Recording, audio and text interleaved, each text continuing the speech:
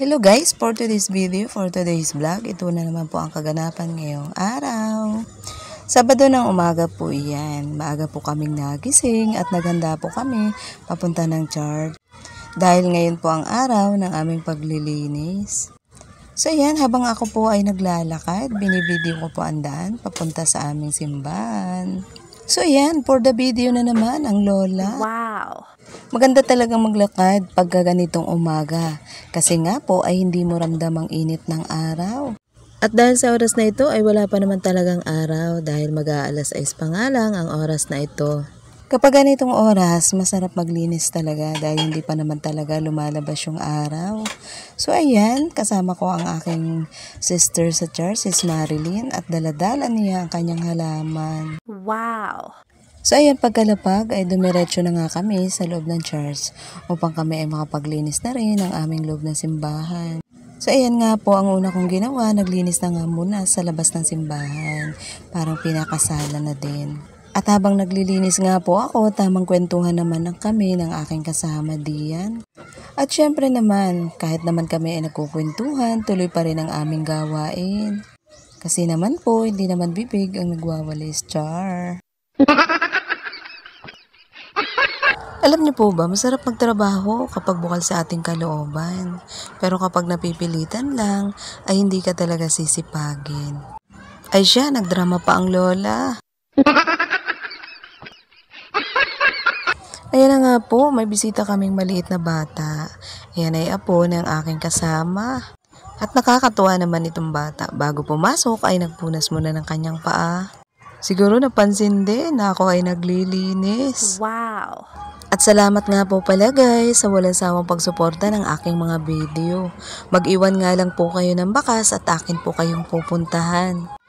At sa lahat nga po pala ng mga nagpapalo sa atin ay mag-iwan po kayo ng bakas at tiyak po ang ganti ay pupuntahan ko po talaga kayo.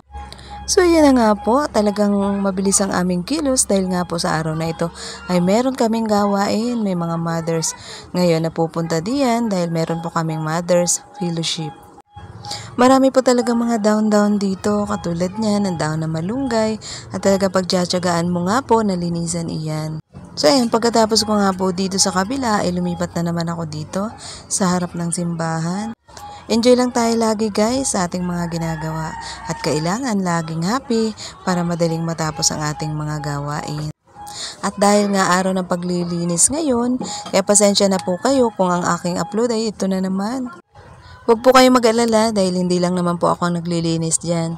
Sa akin nga lang po nakapokus ang camera.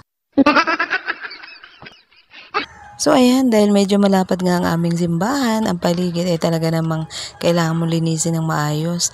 Dahil kapag hindi ay mapapansin talaga ang mga kalat diyan. At nakakahiya naman, naalangan naman ng simbahan ay madumi. At ayan na nga po, nandyan na ako sa pastoral house. Kailangan malinis din po ito natin. At para kahit papano ay maaliwalas naman tingnan.